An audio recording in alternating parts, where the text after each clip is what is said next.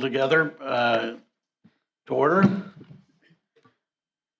Can I have a roll call, please? Madam Clerk? President Weatherspoon. Still here. Trustee Martin. Yes. Trustee Pierce. Here. Trustee McManus. Yes. Trustee Spillman. Here. Trustee Lambert. Here. Trustee Wishaw. Here.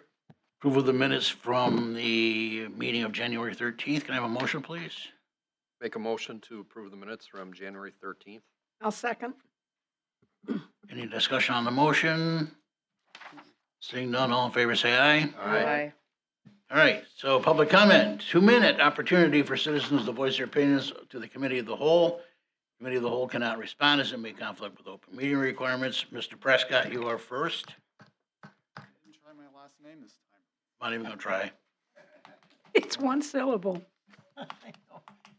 Prescott Paul, 7337 Foley Road. First of all, it seems that the markup version is based on a legislative and licensing committee working draft 31316, which isn't the original in place content. So it's kind of hard to follow what the changes are as a result. However, I stopped.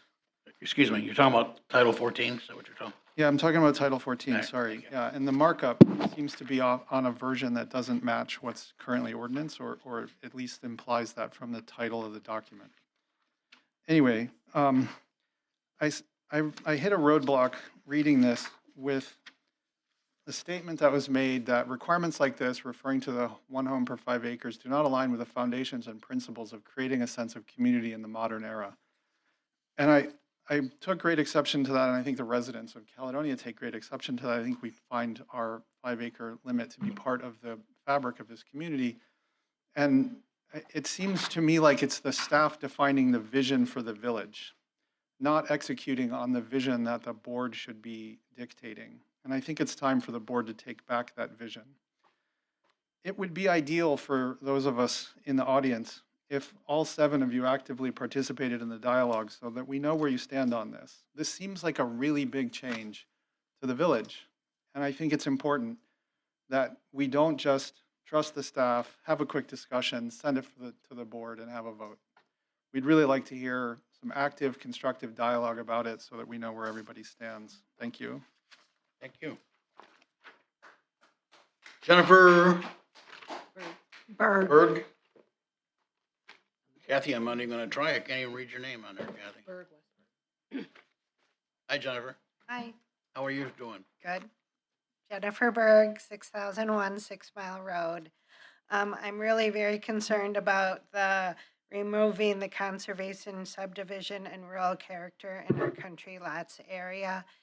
We have the most unique area possible, and it has great appeal.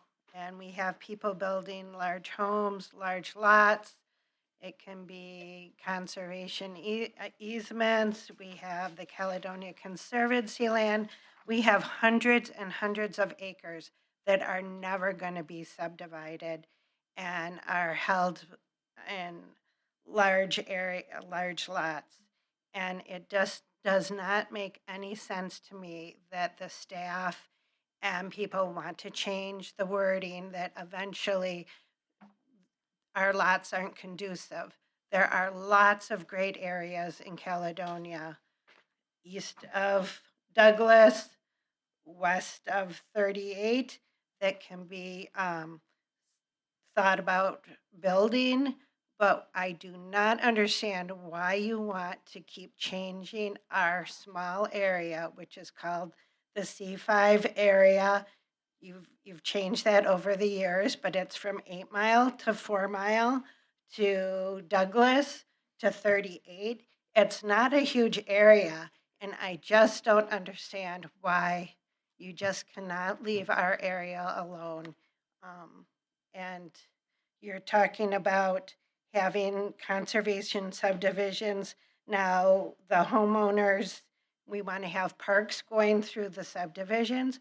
Who wants to buy or build a beautiful home and then you have to have ponds now, so everyone has to live around a pond. And now we're going to allow all public to go through and swim in your ponds, fish in your ponds, being in your backyard. It does not make any sense. I can't imagine homeowners wanting to open up their area. I think the staff feels that we need to be like Oak Creek and Brookfield, and certain areas in Caledonia are just not going to be that way. Maybe there are certain areas that you can have higher density areas and make parks in between. But just to put a blanket statement out there does not make any sense to me. And you're just going to ruin our area by keep doing this. And then you're going to all of a sudden You're over your have 2 more- minutes. Can you wrap it up, please? You're going to have more areas, and you're going to bring the sewer and water in. And this area just doesn't sustain that. Thank you, Jennifer. Appreciate it. Kathy?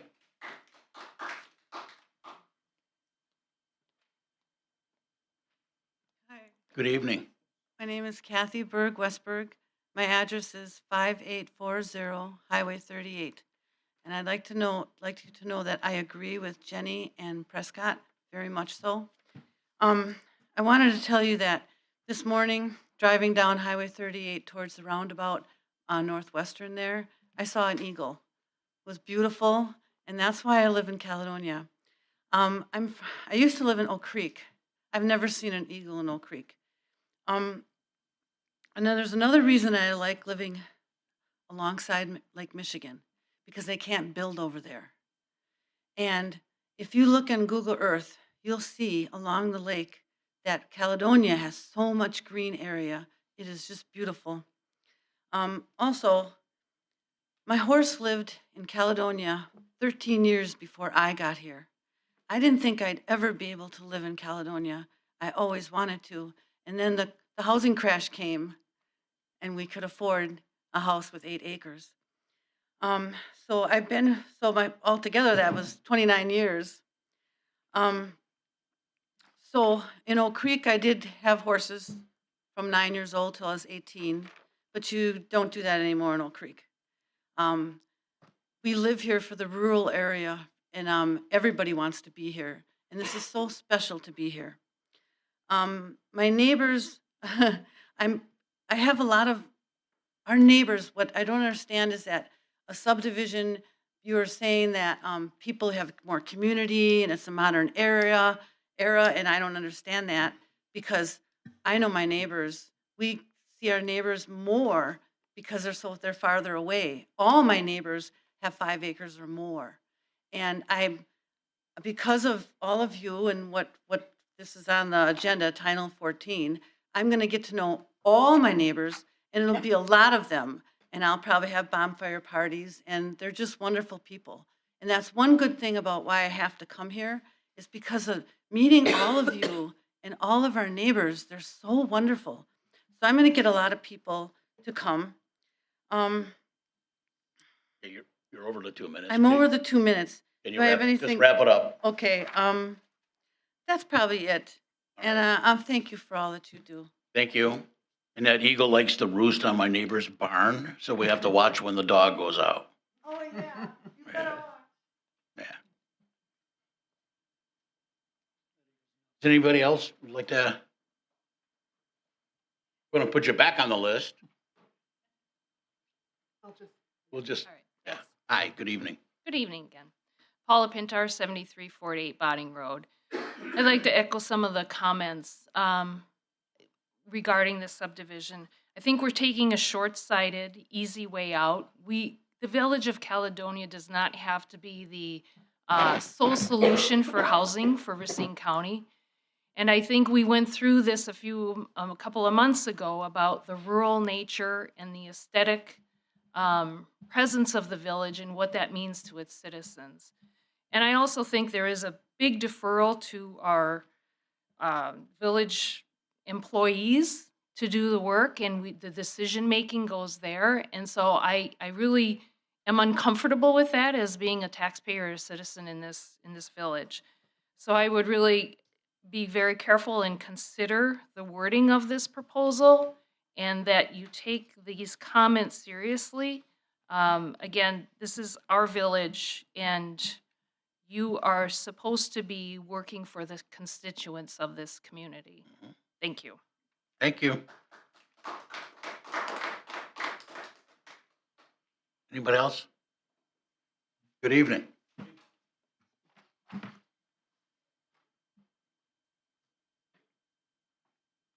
You can start with your name and address, please, sir. Peter Lovedall. When you get to the microphone. 22 Potting Road. Speak into the microphone. One more time so All the recording picks. Peter Lovedall, 7222 Potting Road. Thank you, sir. Historically, I stay out of Caledonia politics. I grew up in Caledonia my entire life. We own a horse farm and own some businesses in Caledonia. I guess the one statement that Prescott talked about earlier was, about the changing in the rural and the planning and what have you. After the data center situation, I'm not really sure any of us are ever going to be on the same page as far as the development of Caledonia. But I would respectfully ask each and every one of you guys to, give us some serious consideration. I think it was pretty loud and clear what the residents wanted, and we really would like to keep, this area we're talking about here as rural as it can possibly be. I do think the 5-acre lots are a good thing. I balk a little bit at bringing some outsiders in of what we should be doing with our community conducive to today's society. I think it should be up, quite honestly, I think this should, be up to the community to decide or have some input. So I would just, like I say, respectfully ask you guys to give that to some consideration. And thank you for your time. Thank you, sir. Would you mind signing in for us, please? Anybody else?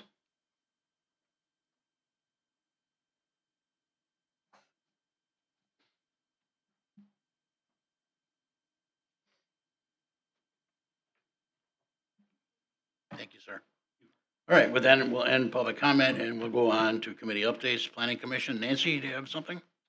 No, we met last night. We approved the final plat for Autumn Arboretum. I think I got it right that time. No, but close enough.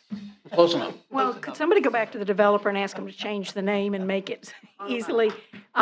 We will not have another meeting until February 17th? Right. 23rd, February 23rd, with the new shift in timing. Thank you, Nancy. Parks and Rec, Holly? Just one, we haven't had a meeting, but we are shifting with the new board meetings as well. So the next Park and Rec Committee meeting won't be until February 17th at 5 PM, if you're interested. Thank you. Mr. Wishaw, Caledonia Utility District? I'll bring up one thing.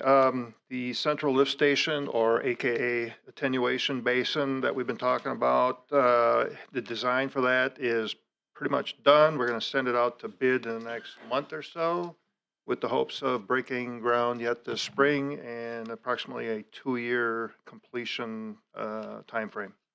And roughly, well, we estimated, $25 million to cost. We're hoping that we can do it for that. We'll find out after the bid process. That's all I had. Thank you, sir. Trustee Martin, do you have something from Visit Racine? Yeah, I do. It's moving forward very well. We have a temporary director that I mentioned last time, Mark McCleary, and we're also in the process, we'll be looking in the process to hire an executive director. So it's moving forward, I think, in a much more advanced way than perhaps previous had been the case. So I'm very high on what's going on now at Visit Racine County. Thank you, Frank. And the building's almost completed also. It was the building, which is on 20, in case you haven't noticed it. It's on Highway 20, and it's very nearly completed. Okay, thank you. Item 6A, suggested items to be placed on future agendas without action. Does anybody have anything they'd like to put on the agenda? Not yet. Seeing none, we'll move on to do continuing business. Discussion on potential revisions to Title 14, Chapter 3, subdivision controls ordinances. This has been through several meetings already and a couple of presentations. So we will turn it over to our administrator to introduce the subject. Hello, everybody. So what was in your packet, you had a memo, and then I provided the red line version and also the clean version of the red line to all of you in a binder, paper form, starting last week, Wednesday. And so to just briefly go over the memorandum that was previously given to you and previously reported, it went over kind of the history of how Caledonia got to having a conservation subdivision, and then touches on the conservation subdivision theory. A couple of things that should be pointed out related to Mr. Arndt's work is conservation subdivisions were meant to make it easier for communities to implement community-wide greenway plans. So we do have a park and open space plan. And then what it was meant to do was to, at times, rely on developers providing the critical links in those previously identified areas, creating connectivity, greenways, recreational paths, all of those elements. And so besides the conservation of open space, he also looked at the idea of compact residential development as part of that process to ensure that green space or sensitive areas, whether they're your primary corridor or your secondary corridor, were being preserved with no use beyond what was identified, whether that was for your primary corridors, that would be your wetlands, your bodies of water, excessive slopes, certain soil types, and then your secondary conservation areas would be consistent of upland forests, meadows, pastures, farm fields, and natural wildlife areas. The secondary conservation area was expected to designate at least 50%, but never more than 50% of that area as part of the conservation element.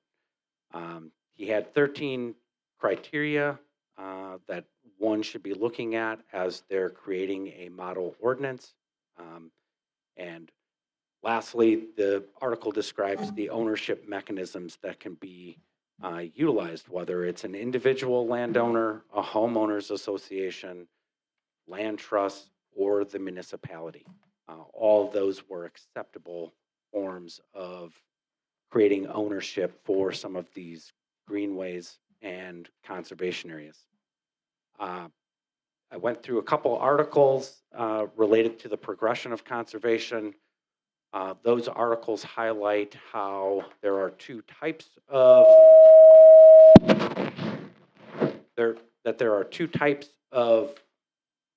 land trusts.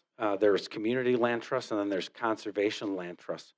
And over the years, since their implementation, they've actually been joining forces along with usually the municipality, where all three have the same collective goals, whether it's affordable housing projects or affordable property within your urban areas, which would be your community land trust, and the conservation of land, which would be your conservation land trust, along with the municipality. All three of those entities primarily have the same goals in mind. And so over the past, I would say 10 years, you're starting to see community land trusts and conservation land trusts morph into one type of organization and in conjunction with the municipality to achieve those goals. Practical applications within the village. I kind of went over every subdivision we've done since 2002 and kind of just went over how many acres were preserved or what the common open space were. I went over which ones met the current ordinance, how many waivers we were giving, and trying to understand that, well, greenways and recreational paths, passive recreational space, active recreational space are all important. but we need to find a way to make sure that we're utilizing the ordinance in order to create the element of what we're looking at, and what we're trying to accomplish, whether it's our park and open space plan, whether it's the village's comprehensive plan. It's just trying to take a fresh look at the ordinance we have and see where have we not met the mark, which is connectivity and probably the utilization of some of these green spaces. Like in the last report, there were a number of areas that I identified that are listed as private property. I'm more interested in building a sense of community. I'm not necessarily looking at this from one lens of turning the urban environment into the rural environment or anything like that. It's more of how do we start to create that level of connectivity where if you're the developer and you come in and you create or designate an easement for a pathway, you're first in line because you get to utilize that to make your development work. The next developer is going to have to build off of wherever your pathway went or wherever your easement is. But people are interested in walkable neighborhoods and connectivity, and how do we get people from one area to the next without being necessarily car-centric. So that was kind of where a majority of this stuff came from. The newly reported elements were just going over the sections of the ordinance that staff and legal and myself went over to have part of this open-ended conversation as to where this ordinance goes from where we currently stand and where we're looking to go in the future. And so the Title 14, Chapter 3, Section 1 is the general provision section of the code. It's used to outline the intent and purposes of the ordinance, the applicability and compliance with the ordinance, interpretation of the ordinance, outline the enforcement violations and penalties of the ordinance, modifications or waivers allowed by the ordinance, considerations by the elected body when reviewing subdivisions regulated by the ordinance, a fee establishment based on the ordinance, and administrative forms used to ensure proper administration of the ordinance. I would say one of the notable changes right at the beginning is under the intent and purposes, and how the ordinance will encourage preservation through 3 identifiable purposes. I listed park and recreation purposes, conservation of natural resources, and historic and scenic purposes.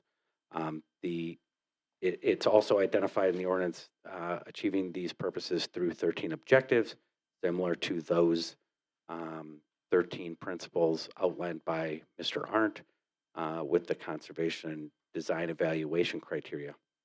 Title 14, Chapter 3, Section 2 deals with the definitions. As you probably noticed, there's quite a few more definitions, and those will be used or those are seen throughout the next handful of sections of the title. And so if there are things that you think that we missed, I'd be happy to discuss, or why we placed a certain definition in there. Those are certainly all up for discussion. But I would open the floor to any of you for any of all your questions. Before we do that, Todd, I respectfully request that trustees limit themselves to one subject at a time, not dump 5 or 6 subjects. And if you can, not that we don't do that, Fran. It's not going to be easy. So if you can, please do your best to keep one subject at a time so that staff can respond properly. And then if you are quoting something, tell us if it's the red line or if you're reading the What page? policy. Yeah, it would be helpful if you had page and line numbers, but at least guide staff to where you're reading from. So Mr. Wishaw, you had some, Mr. Wishaw's got a script here ready. Would you like to lead off? Okay. Yeah, okay, that's what I thought. Well, Todd, I went through the memorandum from December 9th with all your comments. I've got the red line version, and I've got the red line version from last March that we went over, which, just out of curiosity, it looks quite a bit different than the red line version we got this past week. I was just, why would that be? Well, I think part of it would be, as I was reviewing it along with other staff and legal, there were a number of changes that were identified. I don't know that they're changing it inherently different from what we originally discussed in March, but Okay. Well, it's still looking to accomplish the same elements that we discussed when we sat down. okay. I'll make, maybe I can make one comment here before we start. It would really help me anyway, and I think other board members, if we had a map of the entire village that showed all of the environmental corridors and all of the other natural areas. That is included in the 2020, the plan, the comprehensive plan, or the land use plan that we passed in 2006, but it's on a very small document. It's hard to read. Could we get that overlaid on a large, like what you printed out for me today, this monster? Yeah. A visual would really help me to see all of those environmental corridors. And eventually I'd like to get the zoning overlaid on that too, so we can see what each area is zoned, especially with the environmental corridors laid out on it. That would help me to get going on this. I know that's not specific to this project, but it would help, I think. It would help me anyway. It's still specific to the idea of the ordinance. I mean, I can work with Director Wagner or Sewer Pack to try and get an enlarged map with those environmental corridors. Okay, because we've already got that done from, I don't think it's changed much, from 2006. So it's not like recreating the wheel, it's just overlaying it on this map if we could. So where do we want to start? We want to start with the memo, or are we going to start with the red line or the completed version? I'm not. Red line or the completed version, just be Are we- specific which are we one you're gonna- talking When about. you want single topic, are we gonna just talk about? One everybody's topic at gonna a, talk one about topic at a what's time, happening? so you don't confuse everybody. Okay, well, maybe I'm going about this wrong, but on the completed version, I have listed a number of questions, and you guys can jump in here. On the very first page, we talk about a number of things here, but section B, number 2, references a village resource inventory, village resource inventory maps. What is that exactly? You're looking at the second Page one? 1. Page 1, Of the composite. Right. Well, B2. that was actually, I believe, the resource inventory maps, that was already in the ordinance. And so I'm not quite sure what those I added park and open space plan, whether you want to add elements related to the comprehensive plan, but I'm unsure what the village resource Okay. inventory That makes maps two of are, us. because Guess we should figure that out, huh? Yeah. All right. Well, I don't want to dominate this thing. Does No, go anybody- ahead, go ahead. We'll Okay. jump in behind you.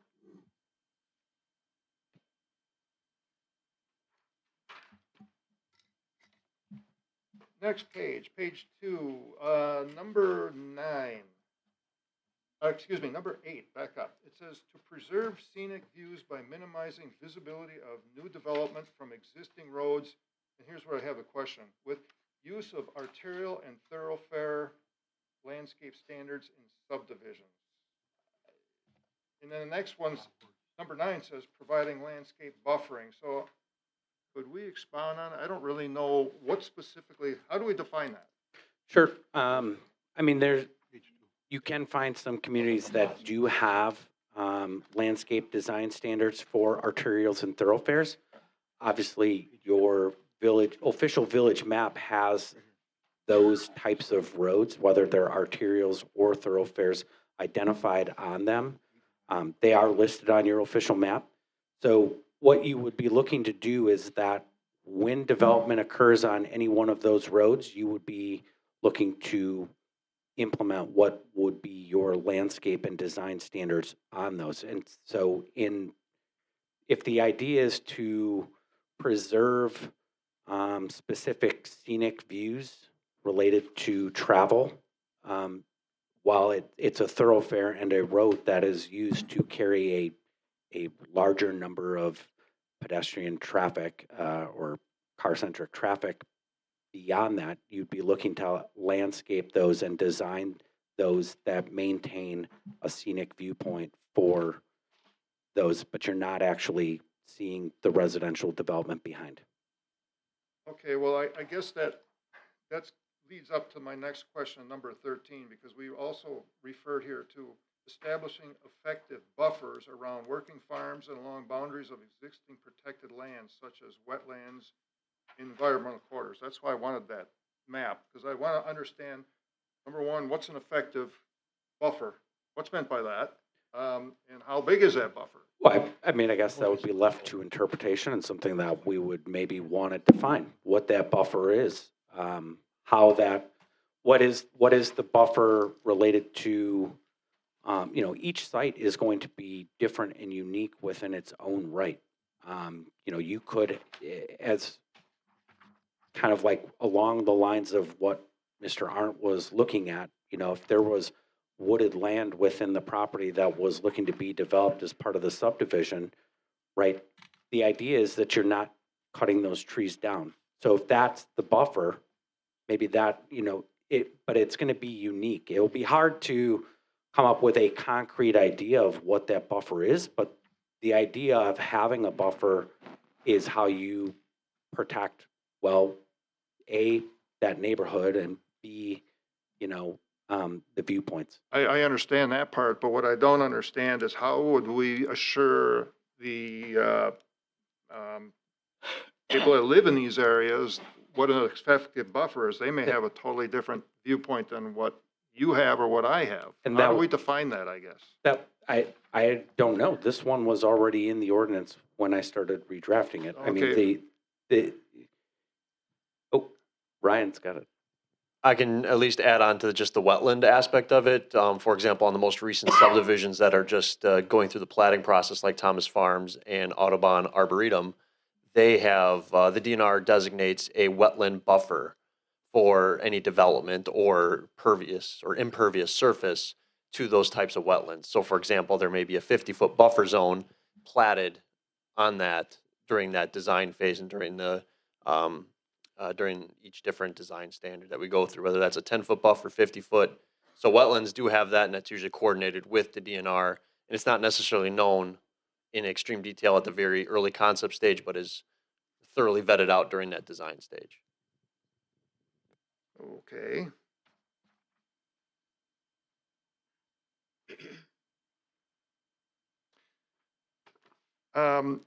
Same page, number 2, E1 and 2. Could you explain that one? I read through that about 6 times, and I'm not really sure what we're talking about here. It says, "Is the goal of the village in adopting this ordinance that with development within the village shall occur through subdivisions wherever possible, where residential or of another nature in the village?" Number 1 and 2 is where I get confused. When we talk about where parcels not zoned commercial, industrial, or mixed use, a division of a parent parcel by a subdivider where the land division creates 5 or more new parcels or building sites by successive division within 5-year period.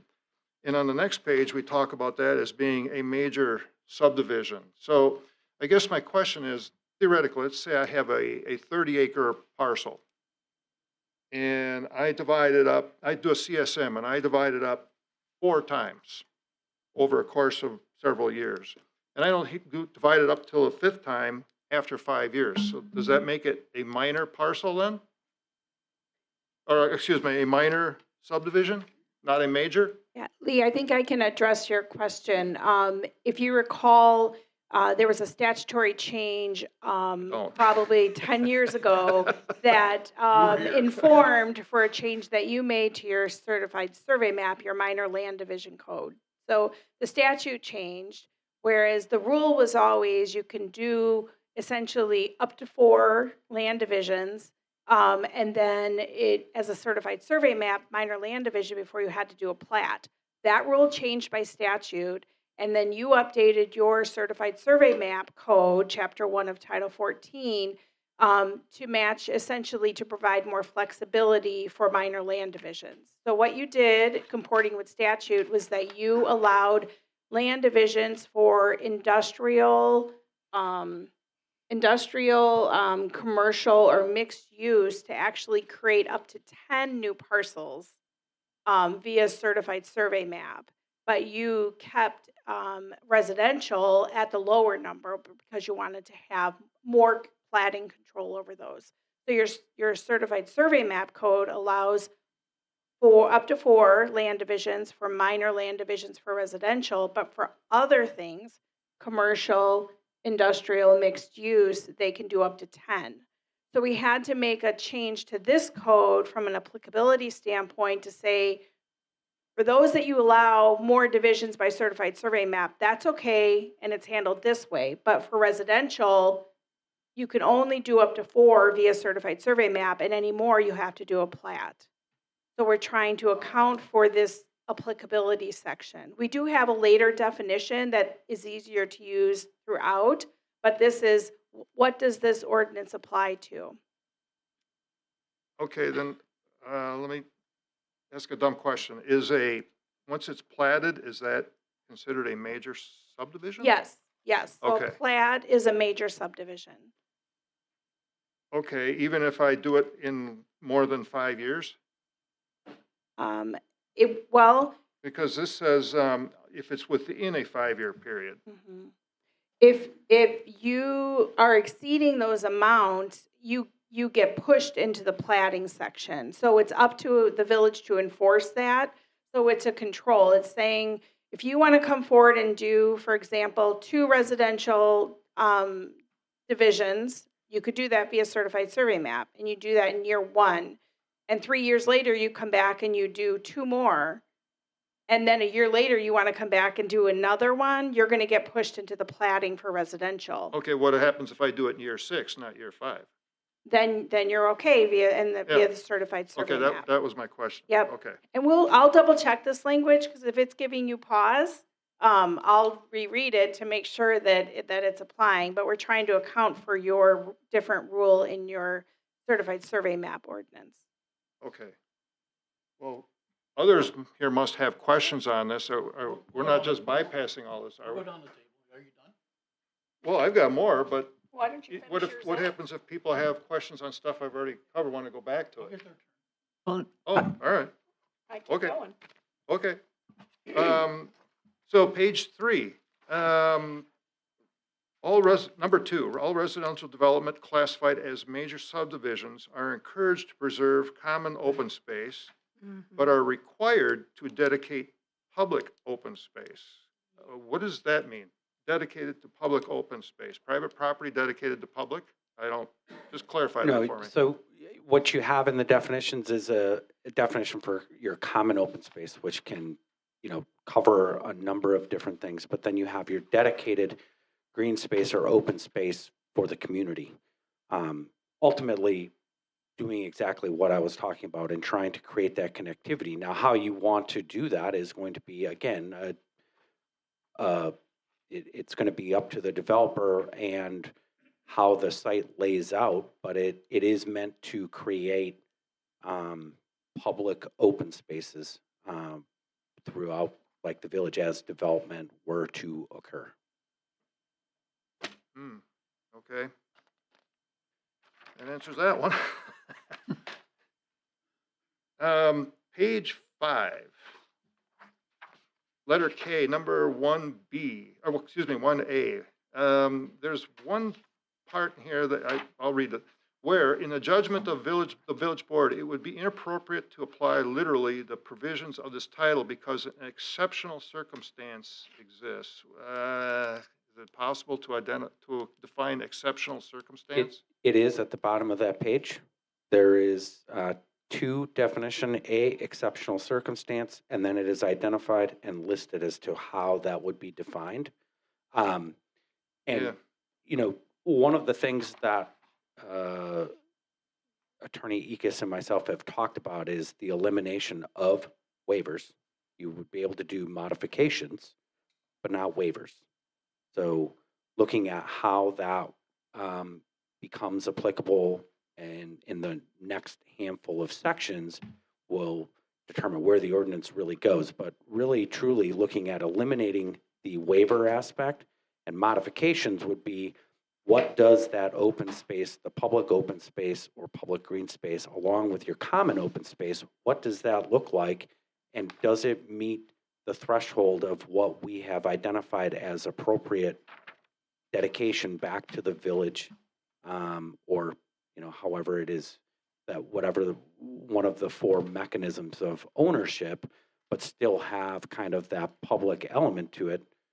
So how does that work? And then the modification is really how it relates to the impact fees. So, you know, there are a number of things, which is why we go over only a handful of sections at a time, because things in this section relate to other sections and then other elements related to the village. So, Okay, all right, well, I had the next section highlighted where you say the definition there is, my concern was again, I guess with a lot of things, it's a matter of interpretation, because it says literal enforcement will exact undue hardship because of a particular conditions pertaining to the land in question. Well, undue hardship. To who? Yeah, to who, yeah, and everybody's got a different idea on what that means. That's a concern of mine. All right. Let's see here. Keep looking this up. Well, you sort of answered the last one. In the definition area, buffer, I guess, again, I'm a little concerned about what that means exactly, but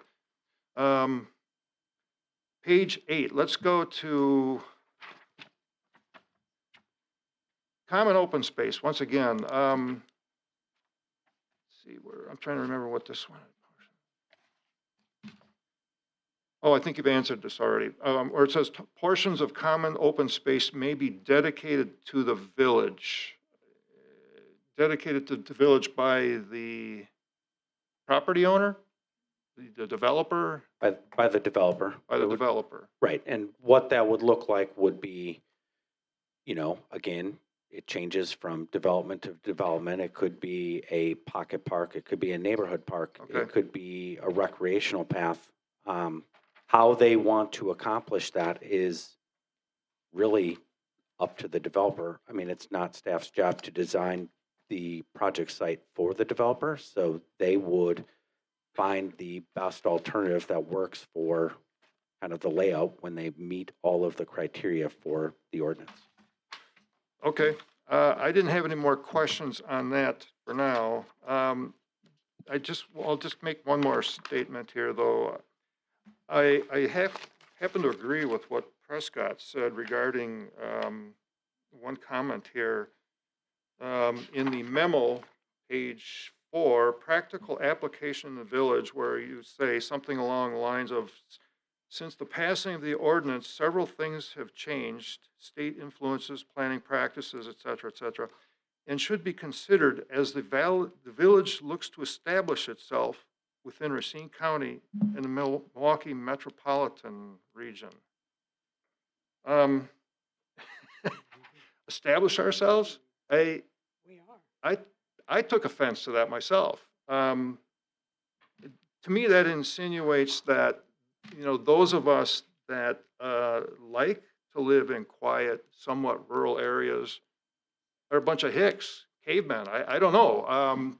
Am I reading that wrong? I'm offended that you would think that that's what I was implying. What does establish itself within Racine County and Milwaukee metropolitan region? How can I not interpret it that way? What does that mean? Tell me where I'm wrong.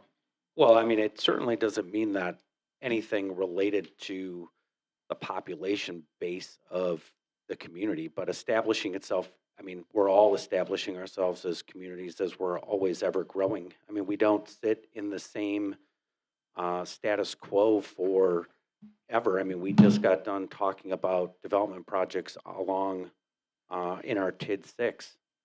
we talk about development projects. Things move. We're always evolving. I mean, and Okay, all right. that's a My reality. apologies, I to- didn't read it that way. Well, I'm not sure that I'm satisfied with that. But anyway, page 5, number 18. We talk about the issues with our subdivisions that a lot of them don't meet the current ordinance. But isn't that incumbent upon us and staff to make sure that they do when a development is completed? Most of these had waivers applied to them, which is part of the reason why we just discussed Okay. eliminating the idea of waivers, allowing them to be modifications, but tied to other direct areas within the village where we would utilize impact fees to be able to still accomplish the elements related to our park and open space plan. Oh, okay. And my last comment here, it's actually kind of with page 6 and some of the other things. I just want to say that, you know, and it's been said many times here, we are not Oak Creek, we are not Milwaukee, we are not Racine. I don't ever want to be them.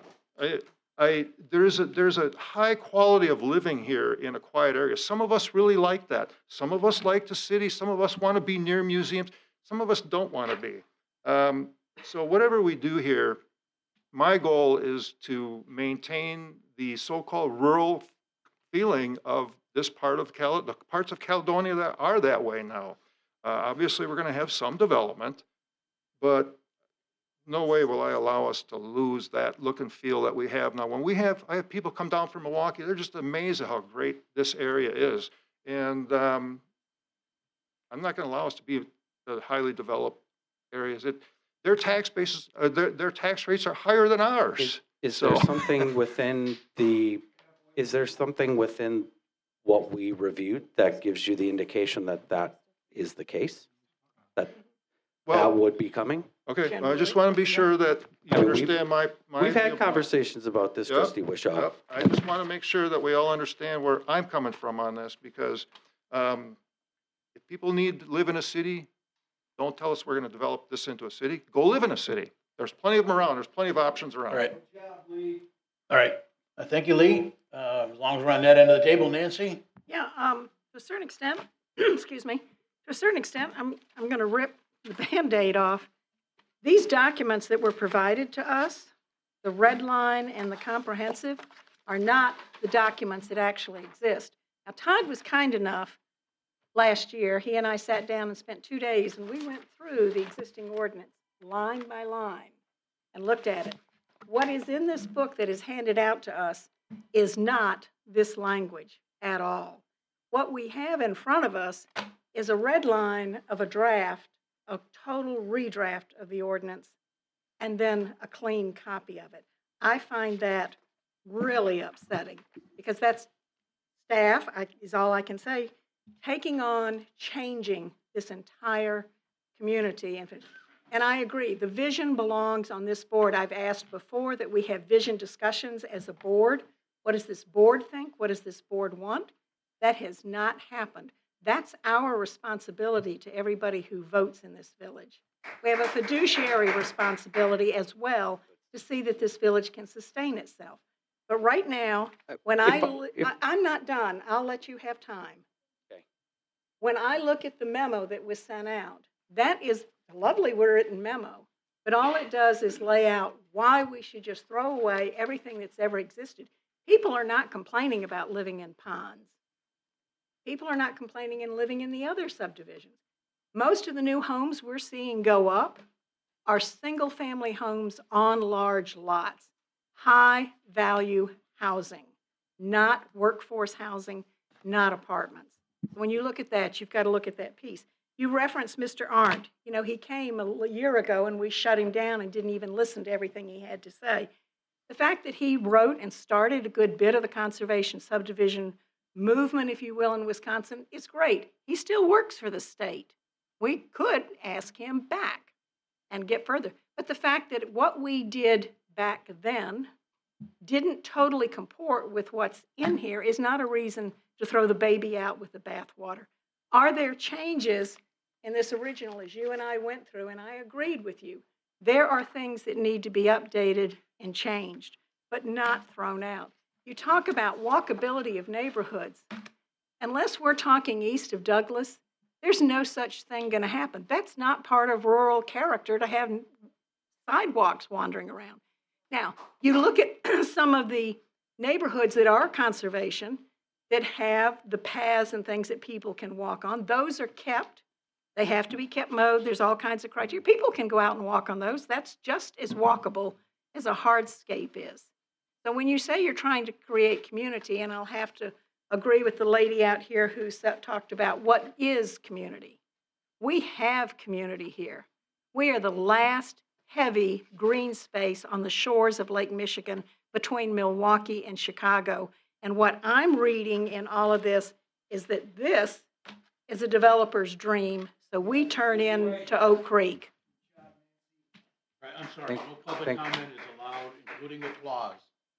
No public comment. I agree with a lot of the questions that Lee has answered, so I don't need to bring them out there. But when you start talking about taking private property and turning it into public accessibility, I think it's way off base. Where does it talk about Oh, it's taking in the private language in property? here on, that would be page 3 of the Three revised, of of the which- revised clean. Okay. And it it's, talks it's about what Lee brought up. taking private property? Taking the conservation easement land Mhm. in a subdivision and saying that No. that land should be open to the public. Correct. And that's saying that any subdivision moving forward, which we did not eliminate conservation subdivisions. You would know this if you had come and had a conversation I with me. had 2 But days of conversation what- with you. You know, it's not taking private land. If a developer is looking to do and develop on the land, what we're asking is that they give us some community or public benefit in return. So who's going to own the land? Well, it would be deeded over to, I mean, there were 4 different options. It could be the homeowner, the homeowners association, it could be the municipality, it could be a conservation subdivision, but there's no reason that there couldn't still be some community or public benefit to it. So that goes back to the discussion and argument we had back several months ago. You take, and I'm picking on the ponds, so you take the ponds open space that's out there that is owned in pieces, equal pieces, by all of the lots that are in there. And they're Yes. responsible for what goes on in there. That access is restricted to the people who live and own those parcel pieces. And it still would be, even Not if we by- pass this Not ordinance. by what you're saying, because you're saying it should have public access. You're asking private people to be willing, you've got 4 options, but 3 of them would take private property and make it open to public access. And if you were to build a subdivision right now, and it was platted, and it had park, green space, greenway, recreational trail, what have you, and it's platted with that, when you move into that community, you already know that that's there and that exists. What this does not change anything at the ponds, does not change anything at any subdivision previously approved. This is a look at what it happens moving forward. So why would we not want to create some community or public benefit? If the homeowner, when they buy that parcel of land or buy into that subdivision, are aware that there is a walking path going behind their house, obviously they're okay with it. They're okay with the public having access to that? Let's look at what took place down here on 4 Mile, the quote subdivision that was presented to us on 4 Mile, almost at Short Road. There was significant pushback because of the back of that property and what it would back up to, that people didn't want public just wandering around on properties. If I get the existing conservation easements are in place on everything that's done. This is a go forward. This is still saying, oh, if we plant this so that there's a walking path, you can just walk through here. Anybody can come out here and walk through. We're inviting the public onto private property. Then I want to look down Wouldn't be at, private property, because it would be if an it's easement if or it's deeded to the percentage village. owned by all of the owners, if it is owned by the owners or the homeowners association, If that's, then you're taking private land and putting public access. Then you got to come to the question of our Parks and Rec Department. We don't have enough funds in there to be adding all these multiple little parks where people aren't going to go.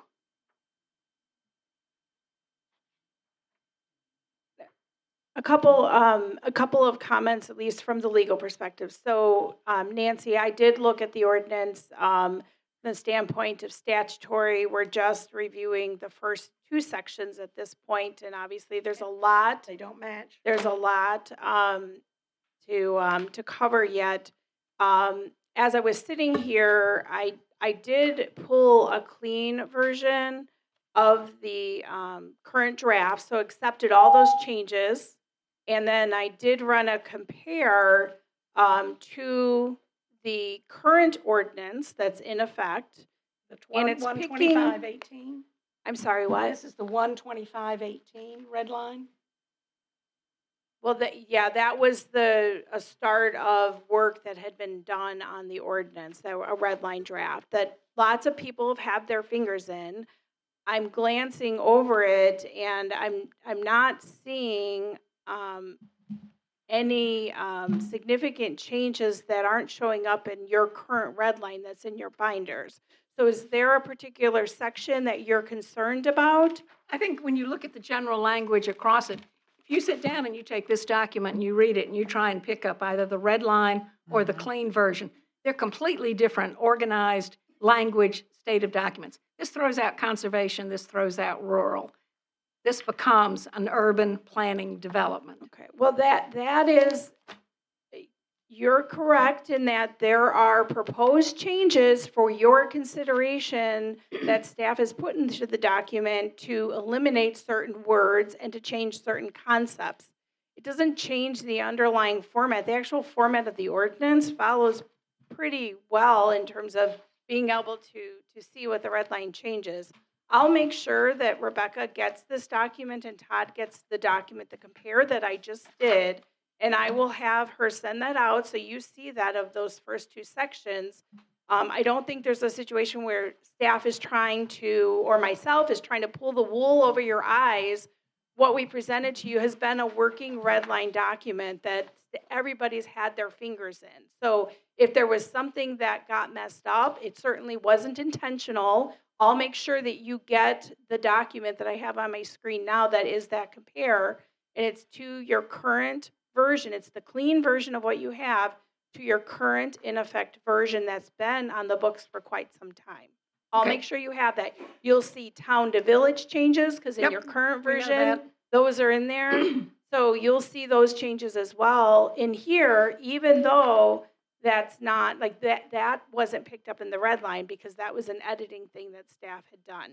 So, but I'll make sure that Jen has that and can send that out to you. Which I greatly appreciate. On your red line in the packet, it also references the 125.18 date red line copy, which is this one that doesn't match.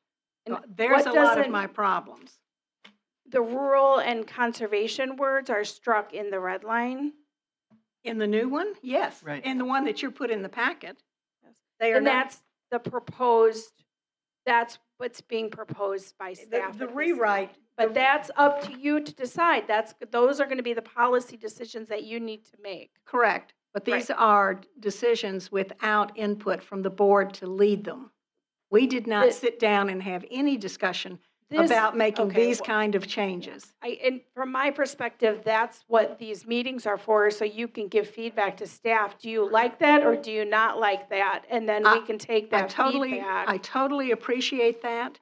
However, we have spent, I don't want to guess how much money to get this to this point without input. If Todd had come to us with his memo and said, I want to talk to you about that, these are some things I think you should be aware of, we could have talked about it ahead of time. I'm finished. So do you have any other specific questions? No, I think my sidekick over here got most all of them, so I don't need to say anything. Mr. President, can I just clarify a question, answer a question that was raised? Yes. So in the definitions, just so the board, I can point your attention to it, in the definitions of common open space and public space, I think that's what it's called, common open space is, is still indicative of the ownership methodology, Nancy, that you described. So to the extent that there would be proposed to become an open space in a development, it would still be owned in percentage interest, much like what you've seen, exactly Correct. like what you've seen. The difference would be is that it, as part of the proposed development, as it's working its way through the village, Todd is proposing that you have a mandatory public space component to provide connectivity to your community. That's a policy decision for you to make. That's a proposal here. And there can be portions of some of the space, like a trail, for example, that's dedicated to the public to provide that connectivity. It doesn't mean that there won't be common open space still owned in percentage interest by the owners of that subdivision like you see now. I just wanted to make sure everybody's aware that that's what's being proposed, the policy decision for you to make. Thank you. Mike? Mike?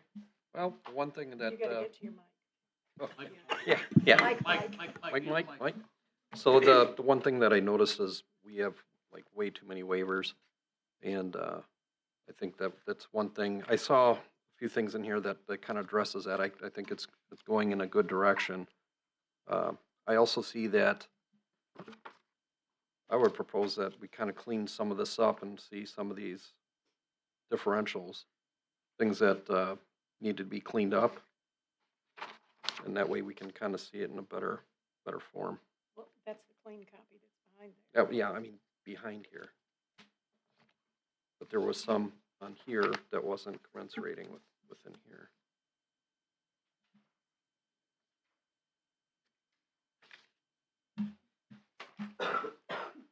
Other than that, most of what I picked up myself was addressed by Trustee Weishaw. Good, Mike. Yep. We'll go all the way to the other end. Fran? This, I think, is a one-size-fits-all. Am I correct? That this is intended to apply to both the sewered and unsewered area? Correct. So a lot of it makes sense for the sewered area, but it seems to me that you need to distinguish between the sewered area, which is east of Douglas, basically, because I think it's a great idea that there would be common open space. We've given waivers of the open space requirement, and you're right, almost universally for years. And so what we have, our Thomas Tree Farms, for example, has no common open space, which is one major objection I had to it. So I'm fine with applying that concept to east of Douglas, but I'm not fine with applying that concept to the rural area. And I'm not fine with striking rural from the definition as though that's something that we don't want to embrace. I agree with Lee. I embrace the rural area. And so to have one set of rules that applies both to the sewered and the unsewered area makes no sense to me. I think we need to distinguish between the two of them. I see where it's going in the unsewered area. You're striking the rural character from it. And that's devastating to me. You've heard all of these people speak. You heard Lee speak. I agree with Lee. We have a sense of community. You may not see it, but the fact that we live here, that we chose, you have to let me finish. The fact that we live here and that people move here because they can have 5 acres, because they want to join this community. So to suggest that we need to do something different to create community, you're simply missing the fact that we have community. That's why these people are here. We know one another. This makes no sense to strike the rural part of it. And I'll tell you, I've been thinking about this, how this comes about, because what we have is planners with an academic perspective who've read, and I appreciate the fact that there's substantial knowledge in our staff about what urban planning should be. But that's a one-size-fits-all also. Okay. Those plans can apply to Anywhere USA. This isn't Anywhere USA. This is Caledonia, which is very special and very unique because we have the green space where we are, situated where we are. That doesn't exist anywhere. And so to me, what is being proposed here is instead of celebrating what we have, is trying to do away with it. And I have a serious problem with that. And I'm going to read you something that I pulled from the extension because I looked up planning. I have it. Okay, good. Well, then I'll read it so that the other trustees can hear it. What this says is that there are two approaches to planning, the technocratic approach and the democratic approach. The technocratic approach is academically based. And as the extension says, a key belief is that trained staff experts are best suited to make decisions, complex technical decisions. This has been popular with planners who deal with subjects like land use, transportation, agriculture, and natural resources in Wisconsin's smart growth. They can be effective when considering technical decisions, but professionals in planning are often technicians with academic perspectives. They focus on techniques rather than on people, which can lead to a "we will take care of you and we know what is best for you" attitude. The democratic decision-making includes actual real citizen input, not just people coming to public hearing and being dismissed, actual real public input. And that's what I think we need. And I'm not saying either one is pure. There is great benefit to the academic knowledge of planning, but not when it's imposed rather than being brought up from the bottom. And that's what I think is being done here. At least that's what it seems like. If that's not your intent, if you really mean to listen to people who do want 5-acre parcels, You then still that's can do fine. 5-acre parcels, Fran. I pulled up the land, The the country language lots that you is had. an application of zoning, and it has nothing to do with the subdivision ordinance. Country lots still exist, 5-acre lots still exist. They're a zoning element, not a subdivision requirement. But here's your language. Areas not, attachment 4, this is from your memo, it's paragraph 19, I believe, is intended to show that the village had missed opportunities that would have still allowed for the required preservation of open space, allowing for residential development. Areas not, and then you quote, areas not served by sewer shall have a maximum net density of 1 unit per 5 acres unless, et cetera. That's what's And then in the your current language ordinance. says, yes, and then your language says, the intended or maybe the unintended or maybe intended consequence of this requirement to the town's use of country lots requiring 1 home per 5 acres, requirements like this do not align with the foundations and something sense of community in the modern era based on the accredited planning associations. So that's the problem that I have, is that you're saying that shouldn't happen. I'm just saying that you don't need to have a zoning tool regulated within your subdivision ordinance. And so while Well- that zoning tool is still available, and if anybody wants to do a 5-acre lot and they have enough acreage to split their land and do 5 acres, hallelujah, you still can. What I'm saying is that it doesn't have a place being regulated in your subdivision ordinance, which creates a situation where you're doing waivers constantly. And so really, it's a mechanism to still create the open space, the greenways, the public and community spaces, or conservation easements if a developer so chooses with a stewardship plan. It's creating options. But you're That is increasing the all density. staff has done. No, it created isn't. options. No, because you're increasing the density. How? You're increasing the density. What would, well, you struck the minimum, you don't want the 5-acre minimum density, so what density do you want? I guess when we get that far within the title, we can talk about what you find as an appropriate level of density. But, if we're going to call this a conservation subdivision, which it is, and it doesn't need to have the word conservation in it to still be a conservation subdivision, we can look at that density, but how do we get the cluster development? If you look at the ponds, that is not cluster development. That is the exact opposite of cluster development. It's not. It is not. Well, it's a large amount of open space and homes on smaller parcels. I would call that They cluster are development. not small. They're not small when Well, the you homes think aren't of like small, but typical parcel size. they didn't take the entire parcel and divide it up equally. What they did was to put a lot of homes in a smaller area and a large open area. Now, I don't know if you want to define that as cluster or what, but to It's me, not. that is a The conservation average lot approach. size is 2.07 acres. Right, and instead of 5 acres, because what otherwise would have been the 5 acres is common open space. And then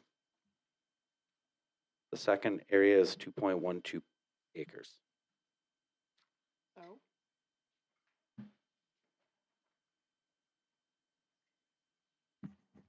So once again, if this is meant to be applied to the Seward area, to the developed area, I think it's wonderful. I agree that there should be trails. I agree that there should be open space. Every time people come and object to development, the reason they object is that they're losing open space.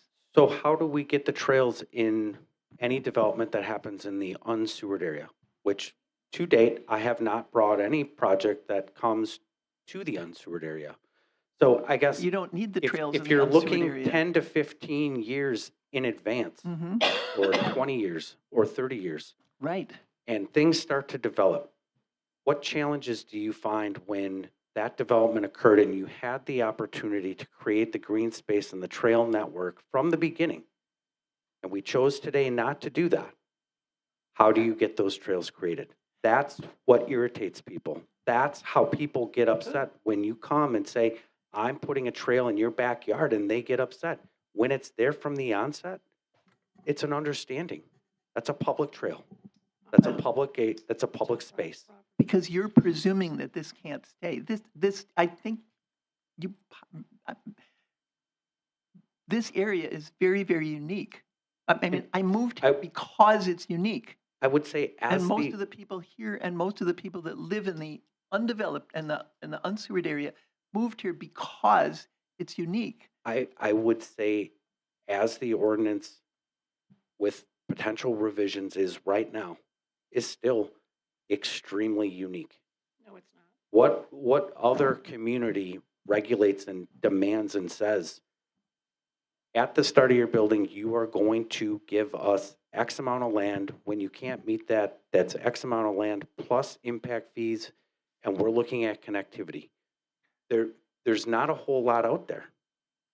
At least not that I'm aware of, and I looked. Well, I looked and took definitions from all across the country. You're moving us closer and closer and closer to becoming Oak Creek or Mount Pleasant.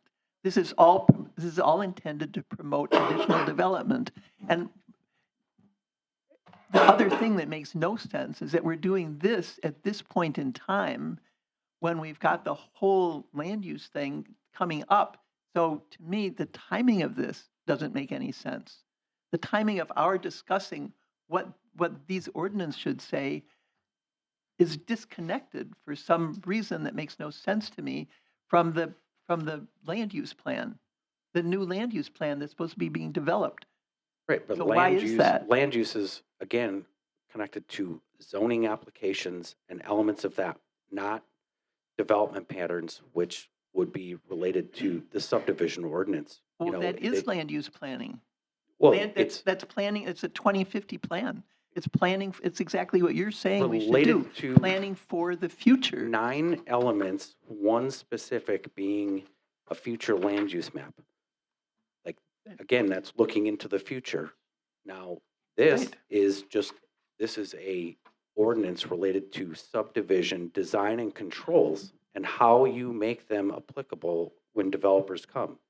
For the right future. now, developers continue to come and we continue to grant waivers. This is meant to eliminate that opportunity. I don't dispute at all. I mean, we don't even need to keep having that discussion because all those waivers have been given on the east side. So if we're not giving waivers and there's a cost, whether it's green space or some public benefit element to it, to the developer when they come and are looking to do a subdivision, how is that going to turn us into Oak Creek? The margins on single-family homes right now is extremely slim. It's not like they're, I mean, You also have elements of the missing middle.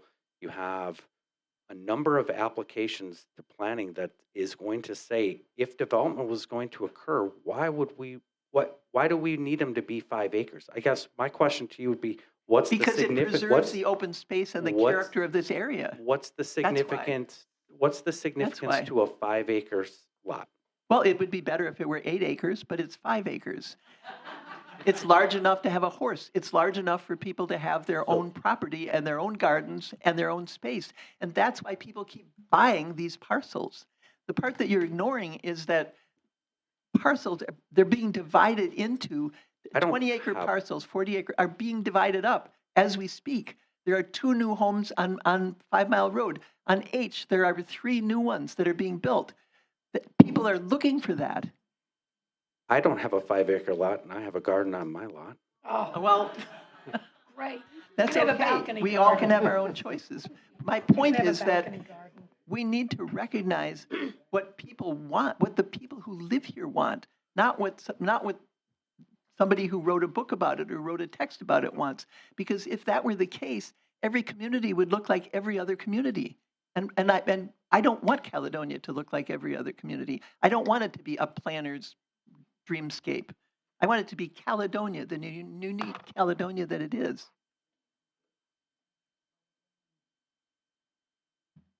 That's it. You're done? Yep. I'm sorry, Yep. Frank. Very good. Yeah. I'm done. Wake me up. Again, please, no audience. Mr. Stillman, did you have? I've been a resident of Caledonia most all of my entire life. I wasn't born here, but I came from Milwaukee when my dad bought a home. And I've been a part of it since I've been here. I like it. I love the rural character of it.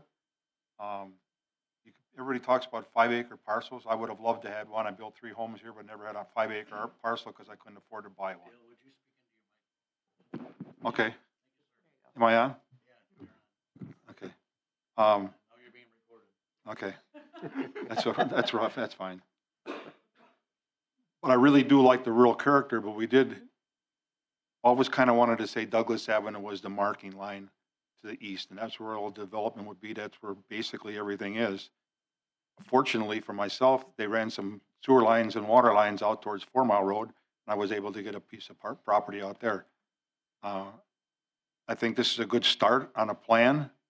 Needs some modifications, but it's a good place to start. You've heard Nancy and Lee and Fran, and they're really into tune with the rural aspect of everything, and I am too. But we still have to consider not everybody can afford 5 acres, and eventually the 5 acre parcels will be gone. They're not going to exist forever because the people sell their properties, their 20s and 30 acre, 40 acre properties off, and they want to build a 5 acre or 10 acre property. So that's eventually it's not going to exist, and then I don't know where we're going to go with that, but that's way in the future. But I think we got a good start on what we're working on.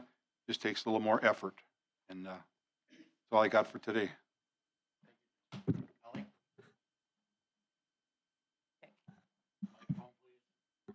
Usually I don't need that, but, You do to be recorded, though. no, I know. I'm recorded all the time, actually, believe it or not, even at work. I'm trying to think how to word this without offending anybody, because that's not my intent. But I think these meetings sometimes for me get a little frustrating because I represent a different dynamic of this board. Okay, I'm a working mom with young children who attend the school district immediately down the road from here. I am a public service employee my entire life, and I cannot afford well, with these prices, I cannot afford a 5 acre lot and the ability to build a home. So I'm putting an addition on my house down the street. I moved to Caledonia from Oak Creek because I can appreciate the lower taxes and what Caledonia offers. I appreciate the rural character that Caledonia has, but I often sometimes try to avoid keeping Caledonia rural because I don't think that all of Caledonia is rural, and I don't think that that's the goal of all the residents that live here. Oftentimes, we get people in the audience that maybe speak for a small population of the 25,000 people that live here. And I frequently get told that if I don't do something right, that the people that are speaking to me at this podium are the ones that vote for me. And while I understand that, I represent 25,000 people. And so I get frustrated when my ability to speak out on a topic gets threatened constantly by your votes. So I'm going to speak for the 30s and 40s something with children who attend school in this district. Not because I want to offend the people in the audience, that's why I said I got to be careful with my words, but also because I feel like the people that can't come to these meetings would have to pay a babysitter to be here, or they would have to miss work to be here. And that's why there's not many of us on this board, is because it is a difficult job and it is a responsibility that sometimes I don't sleep at night. I don't go on Facebook because I don't like to be accused that I'm being paid or I'm in the pockets of somebody, because we don't make very much to do this, and it often pays a babysitter who's at home right now with my kids. So this, I think, is a good start.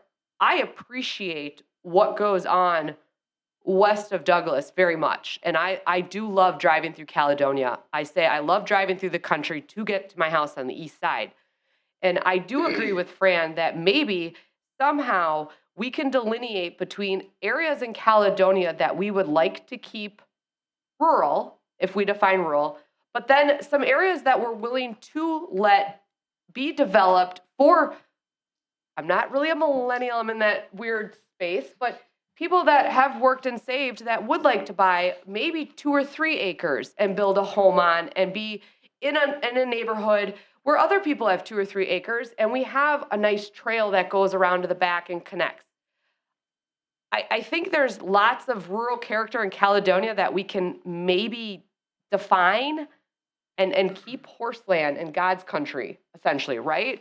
And so that people can appreciate driving through it. But I also think that we have to look to the future and know that my generation is here and we love it, but we're also strapped to how much space we have east of Douglas Avenue. We're running out of space. And I'll be honest, we took a lot of flack for the neighborhoods that are being built here because we're putting 5 Mile through. And we have to look to the future of this village, and we have to look to the fact that policing is getting expensive, fire service, the water and utilities is only going up, and we're trying to find a balance. And so I do not think that Todd or Lane or any of the city's intention, or village, intention was to take away the ability for us to have our own private lots and to have a rural character in Caledonia. I think the intention is to move forward with something that's comfortable for all of our 25,000 residents, including the ones that could not be here tonight. And so I would like to preserve our 5-acre lots, but I think we need to define what that means a little bit more and where we can appreciate that and where is a good middle ground that everybody can be okay with that.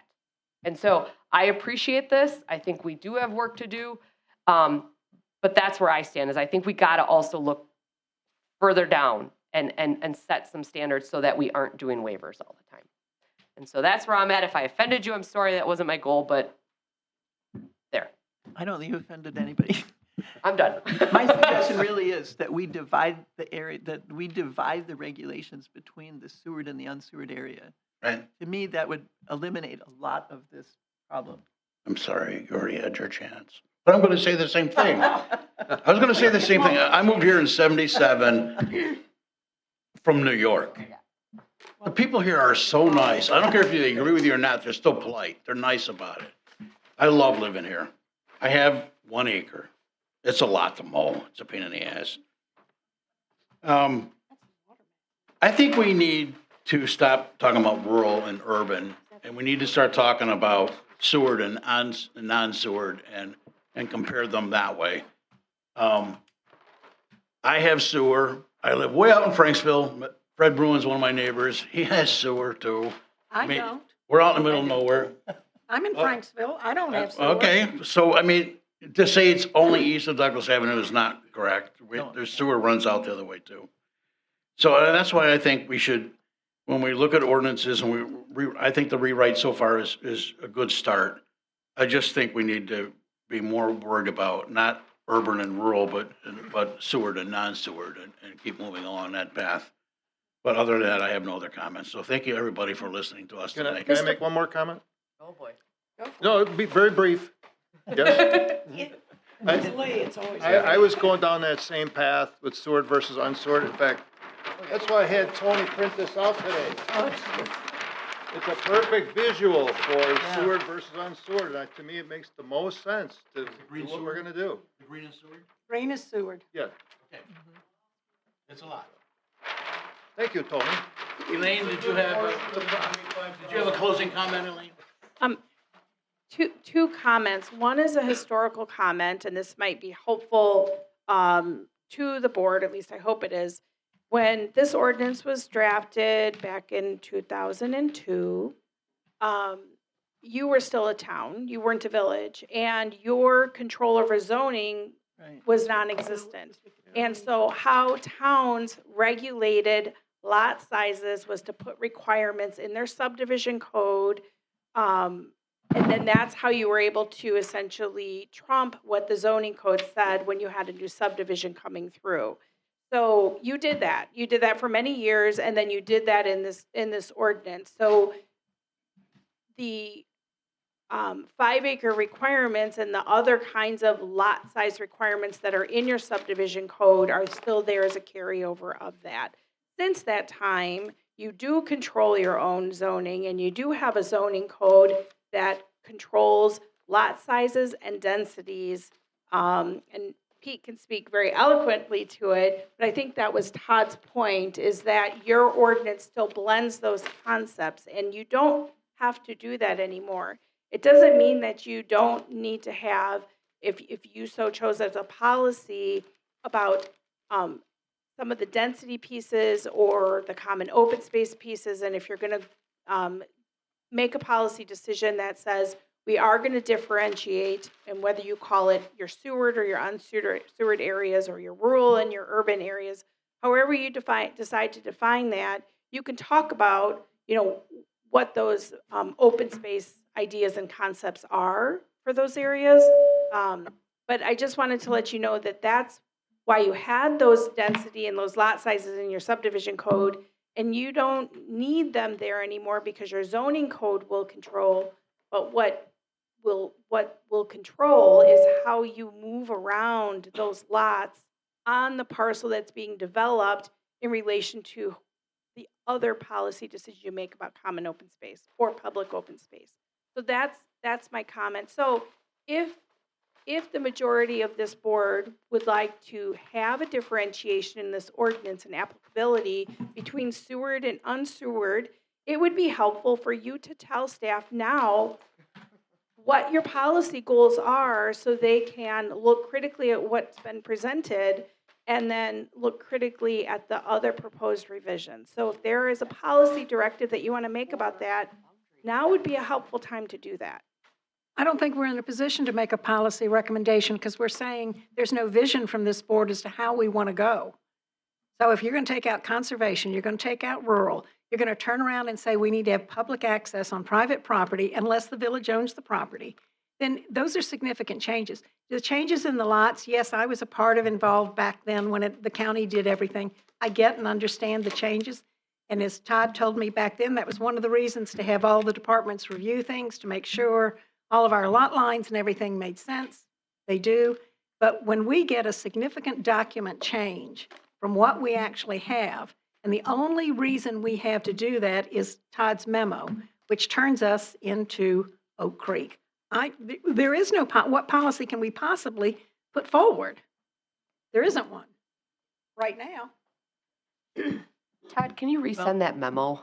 I don't know what memo we keep referring to. It's in your packet. It's on The one that in we your just- packet. I couldn't find it. It's on the online packet.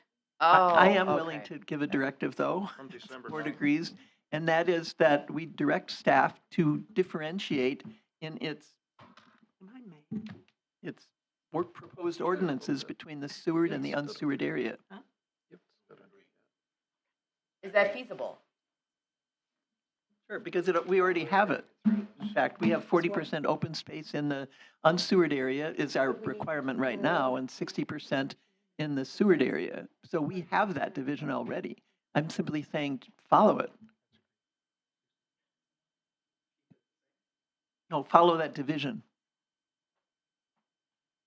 follow the division, but bring back some proposed language dealing with what the requirements would be for common open space on either side of that line. Correct. I mean, I still would like the 60% open space, 40% open space. I think those are good goals. And I think that the area east of Douglas, Holly, the area that you're talking about in particular, really would benefit if we had had a requirement. I mean, Thomas Tree Farms has no open space for kids to play in. I think it's beneficial to the village on both sides to have an open space requirement. And as far as I can tell, every time we've had a public hearing, when people east of Douglas are objecting to something, what they're objecting to is the loss of green space. I think all of Caledonia treasures green space, not just the unsewered area. I agree with So that. my I don't- suggestion is divide it, but maintain an open space requirement east of Douglas as well, or in the Seward area as well. That's what Caledonia should be known for, the green place. Anybody welcome to come to my house to mow the lawn?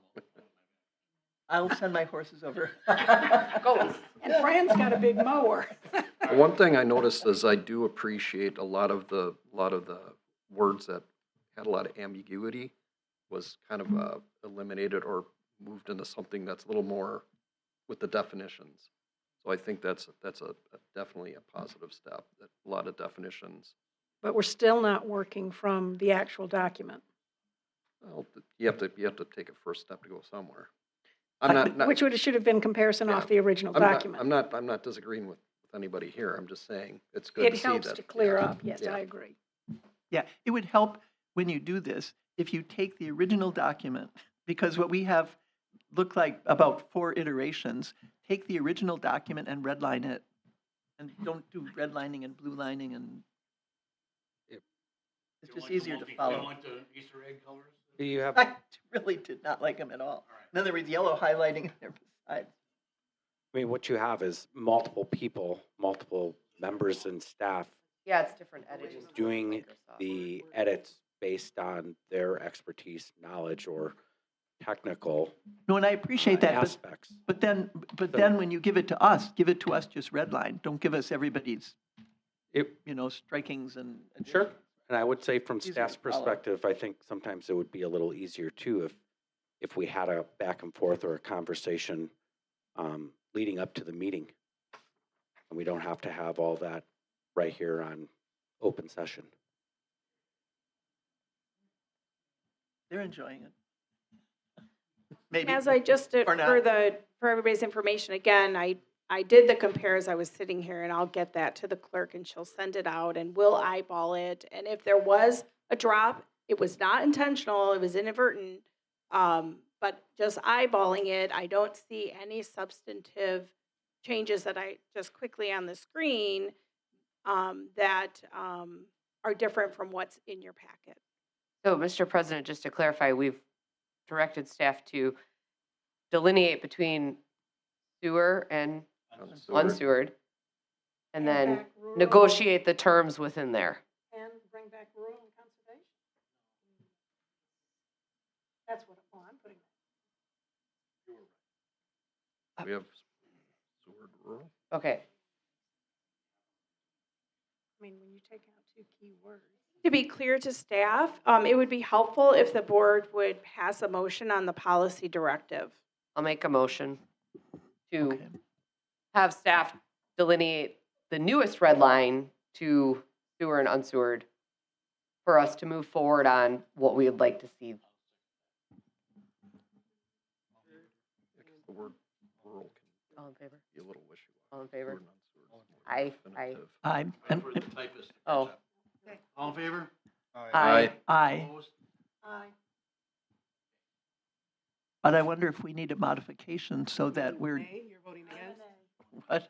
So that we're directing staff not just to bring something, but to bring something in accord with what they've heard today, which is to maintain more open space, 60% open space. If you're going to propose something less, then propose it, but to maintain those differences, not just that you differentiate, but that you differentiate meaningfully in the way that we've discussed.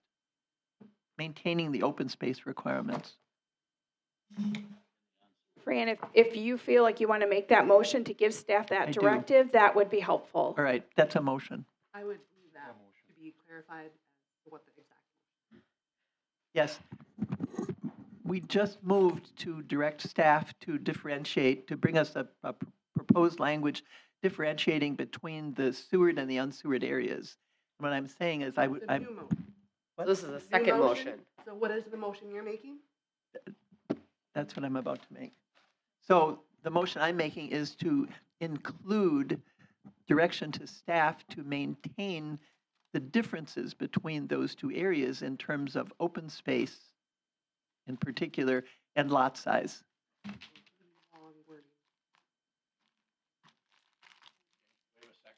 Wait, lot size or in the Let me get it over. districts? Huh? Or in the different areas? Yeah. I would ask for Each- more specificity okay. of direction, specifically what common open space and what lot sizes. Well, I'm just saying that what staff brings back should have specifics. They should maintain the existing open space and lot size in each area, which is different. And if they're not going to do that, then they should have some rationale as to why. So you want 60/40, still 5-acre lots? Or the And whatever the lot rationale as size to is. why we would propose something different? Correct. Well, because previously we've given waivers for continuously. I mean, that Oh, I would agree be with why you. I would propose something different than 60/40. But again, that's your motion and the elected body can, What I'm saying is Vote on then directing if you're, staff. if you want to suggest something different, just suggest something different. I'll second. I'm still unclear on what the motion is. It's a little wordy. So The- I have motion by trustee Martin to direct staff to maintain the differences between the two areas previously mentioned as to the lot size. As to lot size and open space requirements. Okay. That's And right. you have, someone seconded? I did. All in favor? Aye. Aye. Can you read the motion back again? I'm sorry. Yes. To direct staff to maintain the differences between the sewered and unsewered areas as to lot size and open space requirements.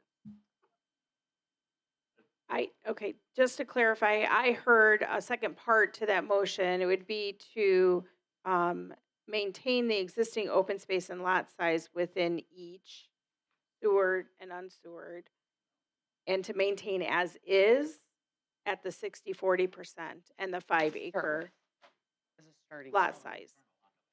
No, you can leave it as is because we'll see what, if there's something proposed that's different, we'll see it when it comes back. That's just a starting, I think that's Yeah. just for us to start with. Yeah. I think it's just a starting. I mean, I'm not going to And then order we them. negotiate. And we work through it and talk about it. Yeah. Yeah,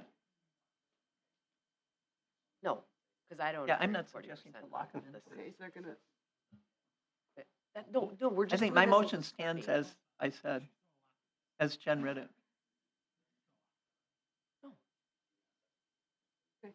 so I have a motion and a second. I think I've cleared that up. Can I ask a clarifying question to that motion then? Yeah. Sure. I just want to make sure that we're doing this 60/40 as a starting point because It has to start somewhere. it has to start somewhere Right. so that we can go from there with negotiations and best practices and past practices.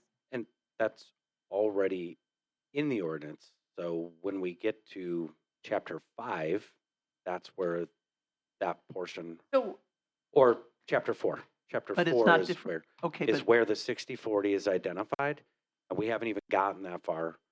So if it's really, you just want things to be identified as sewered and I think unsewered. that's the goal of If this we're right now. staying within the realm of what we had on the agenda tonight, which is not kind of Title 14, Chapter 3, Section 4, we're on just Sections 1 and 2, and 2 being definitions and 1 being the overall general provisions of the ordinance. The 60/40 isn't mentioned in that section. that's fine. Then I'm just leaving my motion as it was. I wasn't suggesting the 60-40. Okay. We're ready to adjourn. I need a vote. We need a vote. All in favor? Okay. Aye. Aye. Opposed? You're opposed? Thank you, everybody. We're adjourned. Poof.